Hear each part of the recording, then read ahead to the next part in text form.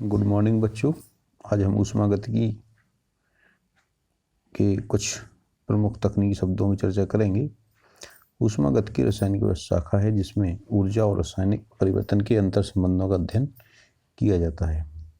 इसके कुछ तकनीकी शब्द देखें तो इसमें कुछ शब्द हैं जैसे निकाय यानी सिस्टम। तो ये ब्रह्मांड का वह हिस्सा, वह भाग जिस पर परीक्षण किए जाते हैं वो निकाय या सिस्टम कहलाता है। और परिवेश, तो निकाय के अतिरिक्त ब्रह्मांड का जो शेष भाग है वो परिवेश कहलाता है। लेकिन हम प्रायोगिक कार्य के लिए परिवेश ब्रह्मांड के उस भाग को लेते हैं जिस भाग में निकाय में होने वाले परिवर्तनों का प्रभाव उत्पन्न होता है, यानी समष्टि का वह भाग जो निकाय से अंतःक्रिया करता है परिवेश कहलाता है। अब है परिसीमा, बाउंड्री। तो निकाय और परिवेश के मध्य जो सीमा रेखा होती है, यानी वह काल्पनिक या दीवार या वास्तविक दीवार जो कि निकाय को परिवेश से पृथक करती है, सीमा या परिसीमा कहलाती है।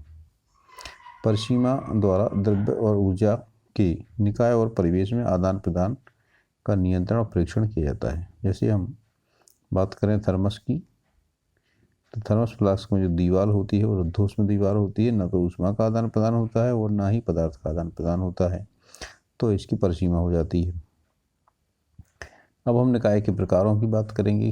तो निकाय को ऊष्मा और पदार्थ के आदान प्रदान के आधार पर 3 वर्गों में बांटा गया है। पहला तो है खुला निकाय यानी ओपन सिस्टम। ऐसे निकाय जिसमें परिवेश से द्रव्य और ऊर्जा दोनों का विनिमय यानी आदान प्रदान संभव होता है, खुला निकाय कहलाता है। जैसे कि एक गर्म चाय की प्याली हो, उसमें से आप भाप भी निकलती है यानी द्रव्य भी बाहर आता है और उससे ऊष्मा भी बाहर आती है, तो इसमें द्रव्य और ऊष्मा का आदान प्रदान संभव है, इसलिए ये क्या है, खुला निकाय है। दूसरा होता है बंद निकाय। ऐसे निकाय जिसमें परिवेश से केवल ऊर्जा का आदान प्रदान संभव हो, द्रव्य का आदान प्रदान संभव ना हो, बंद निकाय कहलाता है। जैसे कि हम एक तावे की बोतल में गर्म पानी भर दें तो क्या होगा, केवल ऊष्मा बाहर निकलेगी, पानी ठंडा हो जाएगा, लेकिन पानी यानी द्रव्य बाहर नहीं निकलेगा। तीसरा प्रकार है विलगित निकाय यानी आइसोलेटेड सिस्टम। ये इस तरह का निकाय है जिसमें परिवेश से ना तो द्रव्य और ना ही ऊर्जा आदान प्रदान संभव हो, यानी इससे ना तो ऊर्जा निकलती है और ना ही द्रव्य निकलता है। जैसे कि थर्मस फ्लास्क। थर्मस फ्लास्क में आपको पता है डबल कोटेड रहता है, तो इसमें गर्म पानी भर दो तो गर्म रहता है, ठंडा भर दो तो ठंडा बना रहता है, यानी इससे ना तो ऊष्मा का आदान प्रदान होता है और ना ही पदार्थ का आदान प्रदान होता है। इस तरह से ये प्रकार हुए। अब चलिए निकाय की अवस्था की बात करते हैं। तो निकाय के कुछ मापने योग्य गुणों को देखते हैं और उन गुणों के आधार पर निकाय की अवस्था की व्याख्या करते हैं, उसका वर्णन करते हैं। तो जो कुछ ऐसे चर या फलन होते हैं जिनके आधार पर निकाय की अवस्था तय होती है वो अवस्था फलन कहलाते हैं। ये अवस्था फलन मुख्य रूप से ताप है, दाब, आयतन और मात्रा है पदार्थ की। ये ऐसे चर हैं, ये केवल निकाय की अवस्था पर ही निर्भर करते हैं। ये उनके जो परिवर्तन होते हैं उनके प्राप्त करने के तरीके पर निर्भर नहीं करती है। इसका उदाहरण आप आगे लेंगे। निकाय की अवस्था को पूर्ण रूप से व्यक्त करने के लिए कम से कम संख्या में हम उन स्थूल गुणों को तय कर लेते हैं जिनसे बाकी सारे गुण अपने आप निर्धारित हो जाते हैं। ये अवस्था फलन कहलाते हैं। देखिए, हम आंतरिक ऊर्जा को एक अवस्था फलन के रूप में किस तरह से समझ सकते हैं। तो जब किसी निकाय से ऊर्जा मुक्त होती है या निकाय में ऊर्जा प्रविष्ट होती है तब हमें आंतरिक ऊर्जा नामक फलन की आवश्यकता होती है। ये रासायनिक ऊर्जा भी हो सकती है, यांत्रिक ऊर्जा भी हो सकती है, विद्युत ऊर्जा या अश्म ऊर्जा या कंपन ऊर्जा कुछ भी हो सकती है। ये समस्त प्रकार की ऊर्जाओं का योग है। इसको हम आंतरिक ऊर्जा के रूप में व्यक्त करते हैं। ये निकाय की आंतरिक ऊर्जा है, इसको U से प्रदर्शित करते हैं। जब ऊष्मा निकाय को दी जाती है तब इसका परिवर्तन धनात्मक होता है यानी ऊर्जा बढ़ती है। जब निकाय से ऊष्मा निकलती है तो यह परिवर्तन ऋणात्मक होता है। यानी जब निकाय को ऊष्मा दी जाती है तो धनात्मक यानी उसमें जुड़ती है। जब निकाय से बाहर यानी प्रवेश को दी जाती है तो उसमें से निकलती है यानी वो माइनस होती है। और जब निकाय के ऊपर काम किया जाता है तो कार्य धनात्मक होता है, और जब निकाय के द्वारा काम किया जाता है तो कार्य ऋणात्मक होता है। इस तरह से कुछ परंपराएं हैं ये, इनको आपको ध्यान रखना है। जब कोई द्रव्य निकाय में प्रवेश करता है तो पॉजिटिव होता है, और जब निकाय से बाहर निकलता है कोई द्रव्य तो नेगेटिव साइन होता है इसका। अब देखिए कार्य को हम दो प्रकार से कर सकते हैं, एक तो रुद्धोष्म परिवर्तन होता है, एक समतापी परिवर्तन होता है। रुद्धोष्म परिवर्तन में क्या होता है, ऐसा जो विलगित निकाय में होता है, ऐसी निकाय जिसमें प्रवेश से न तो ऊष्मा का आदान प्रदान होता है और न ही पदार्थ का, ऐसी को हम रुद्धोष्म कहते हैं, रुद्धोष्म प्रक्रम कहते हैं। और रुद्धोष्म प्रक्रम में जो परिवर्तन करते हैं वो रुद्धोष्म परिवर्तन होता है। इस प्रकार के निकाय में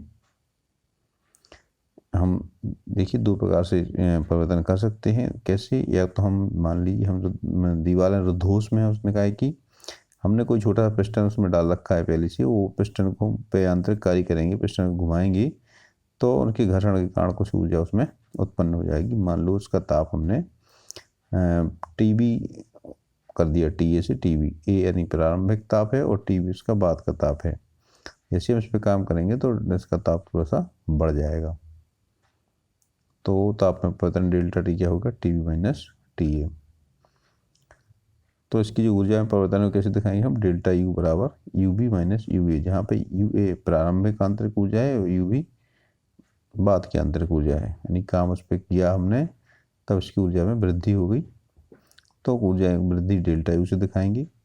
और ये प्रारंभिक ऊर्जा है यानी ए अवस्था की ऊर्जा यू ए, और ये बी अवस्था की ऊर्जा यू बी, और परिवर्तन क्या हो गया, डेल्टा यू बराबर यू बी माइनस यू ए। अब हम दूसरे प्रकार से कैसे कर सकते हैं, हमने मान लीजिए बिजली के तार फ्यूज कर दिए हैं और बाद में उसको हम विद्युत के द्वारा उसके पानी को गर्म कर देंगे, या उसका जो अंदर जो भी पदार्थ है उसको गर्म करेंगे, तब भी ये ताप कितना किया हमने, टी ए से टी बी तक चेंज किया, तो डेल्टा टी बराबर हो जाएगा T B minus T A, और डेल्टा यू बराबर होगा U B minus U A. तो इसमें ये जो वैल्यू है U B minus U A यानी डेल्टा यू की वैल्यू है, ये दोनों परिस्थितियों में एक जैसी रहती, क्योंकि हमने ताप को टी ए से टी बी तक बढ़ाया। पहले में हमने आंतरिक कार्य करके बढ़ाया और दूसरे में हमने उसको ऊष्मा दे के बढ़ाया। लेकिन जो अवस्था फलन है डेल्टा यू, उसमें जो परिवर्तन है डेल्टा यू बराबर यू बी माइनस यू ए, इसमें कोई परिवर्तन नहीं आता, चाहे हम पहले प्रकार से करें चाहे दूसरे प्रकार से करें। तो यही अवस्था फलन होते हैं जिन पे किए गए प्रक्रम की दिशा या उसकी जो प्रकार है उस पर इसका मान निर्भर नहीं करता है, इसका मान केवल प्रारंभिक और अंतिम स्टेज पर निर्भर करता है, यानी इसकी केवल अवस्था पर निर्भर करता है, इसलिए इसको हम अवस्था फलन कहते हैं।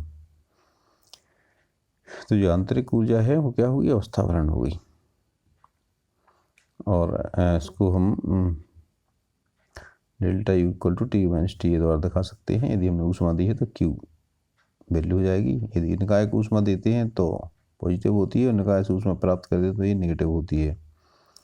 जब ऊष्मा का स्थानांतरण और कार्य दोनों एक साथ हो यानी सामान्य परिस्थिति हो तब उसमें क्या होगा, मान लीजिए कि दोनों चीज़ें हो रही हैं, हमने कुछ कार्य भी कर दिया उस पर और कुछ ऊष्मा भी दे दी, तो आंतरिक ऊर्जा में परिवर्तन डेल्टा यू बराबर हो जाएगा क्यू प्लस डब्ल्यू। यदि विलगित निकाय है तो क्यू बराबर भी जीरो होगा और डब्ल्यू बराबर भी जीरो होगा, तो डेल्टा यू बराबर भी जीरो होगा। इस तरह से ये प्रथम नियम हो गया कि किसी विलगित निकाय की ऊर्जा अपरिवर्तनीय होती है। विलगित निकाय में ना तो देखिए ऊर्जा का आदान प्रदान होता है ना पदार्थ का आदान प्रदान होता है, इसलिए वो उसकी ऊर्जा अपरिवर्तनीय होती है, तो डेल्टा यू बराबर जीरो हो जाएगा। ये ऊष्मागतिकी के प्रथम नियम का गणितीय कथन भी अपन मान सकते हैं, डेल्टा यू बराबर क्यू प्लस डब्ल्यू। ये ऊर्जा संरक्षण का सिद्धांत भी कहा जाता है।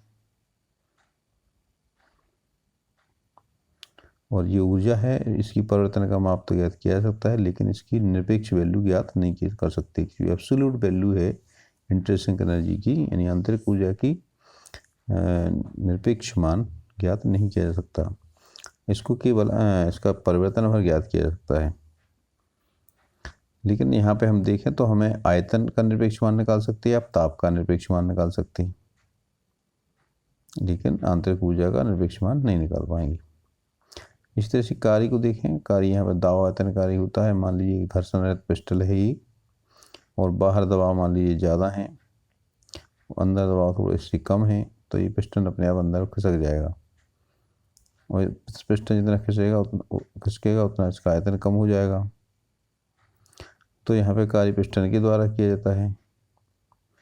मान लीजिए पिस्टन के बाहर का जो दाब है वो है पी एक्सटर्नल, और पिस्टन के अंदर का दाब है पी इंटरनल। यदि पी इंटरनल से ज़्यादा है तो पिस्टन अपने आप अंदर की ओर खिसकेगा, और तब तक खिसकेगा जब तक कि ये दोनों की वैल्यू बराबर ना हो जाए। तो मान लें हम कि वो पिस्टन खिसका कितना, पिस्टन का जो मान लीजिए यहाँ था पिस्टन पहले, तो ये खिसक के इधर आ गया, तो कितना आएगा, इसका आयतन कितना होगा।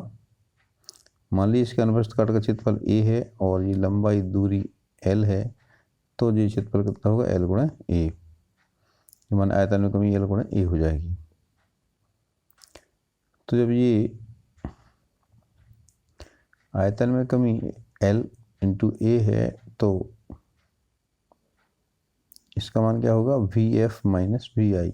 वी आई मतलब वॉल्यूम, इनिशियल वॉल्यूम, और वी एफ माने final volume, F for final. तो पिस्टन द्वारा किया गया कार्य क्या होगा, पिस्टन द्वारा किया गया कार्य आप जानते हैं, कार्य बराबर होता है बल गुणा विस्थापन। तो डब्ल्यू इक्वल टू बल गुणा विस्थापन, चूँकि यहाँ पे हमें दाब दिया हुआ है तो दाब बराबर होता है बल बटे क्षेत्रफल। तो बल बराबर क्या हो जाएगा, दाब गुणा क्षेत्रफल। तो यहाँ पे बल की जगह पे क्या लिखेंगे, दाब गुणा क्षेत्रफल, यानी पी एक्सटर्नल गुणा ए गुणा एल। तो डब्ल्यू बराबर हो जाएगा पी एक्सटर्नल, ए गुणा एल का मान आप रख देंगे माइनस डेल्टा भी, तो ये हो जाएगा पी एक्सटर्नल इंटू डेल्टा भी, और पी एक्सटर्नल माइनस लगाते जाइए, बी एफ माइनस वी आई। और चूँकि यहाँ पे क्या होगा, वी एफ है फाइनल और वी आई है इनिशियल, तो यहाँ पे आयतन यदि कम हो रहा है तो ये माइनस में होगा, तो ये हो जाएगा माइनस डेल्टा भी। तो इनका दोनों गुणा करेंगे तो पी एक्सटर्नल गुणा डेल्टा भी हो जाएगा, यहाँ माइनस माइनस प्लस हो जाएगा। इस तरह से प्रत्येक पद में मान इसका टोटल कार्य हो जाएगा P external into minus delta भी, और ये हो जाएगा पी एक्सटर्नल गुणा डेल्टा भी। यदि प्रत्येक पद में दाव बदलता रहता है तो ये कार्य कैसा होगा, सभी कार्यों मान सभी पदों का योग हो जाएगा, और ये होगा सभी पदों का एक समीकरण लगा देंगे सिग्मा पी डेल्टा भी। यहाँ पर डब्ल्यू बराबर क्या हो जाएगा, V I into V F, V I से वी एफ तक इंटीग्रेशन करना है पी एक्स का, तो पी एक्स का इंटीग्रेशन करेंगे तो आपको पता है पी एक्स के प्रत्येक पद में जब तक सिकुड़ना होता रहता है तब तक ही जो पी एक्सटर्नल है बाह्य दाब है आंतरिक दाब से ज़्यादा ही रहेगा। मान लीजिए थोड़ा सा ज़्यादा है, P N plus D P है, तो पी एक्सटर्नल बराबर क्या हो जाएगा, P N minus D P. और इसे सम्मिलित रूप से हम जब लिखना चाहेंगे तो माने जब बाह्य में संकुचन है तो ये ज़्यादा होगा, और जब प्रसारण है तो एक्सटर्नल कम होगा। तो दोनों को हम एक साथ अगर व्यापक रूप में लिखना चाहें तो क्या होगा, पी एक्सटर्नल बराबर P internal plus minus D P. तो इस तरह से हम उसकी दाव को व्यक्त कर सकते हैं। और जब हम छोटे छोटे खंडों के द्वारा किए गए परिवर्तन को हम समग्र रूप से ज्ञात करते तो हमें इसका इंटीग्रेशन करना पड़ता है, और ये इंटीग्रेशन वाला ये फॉर्मूला हम आपको नेक्स्ट वीडियो में बताएंगे।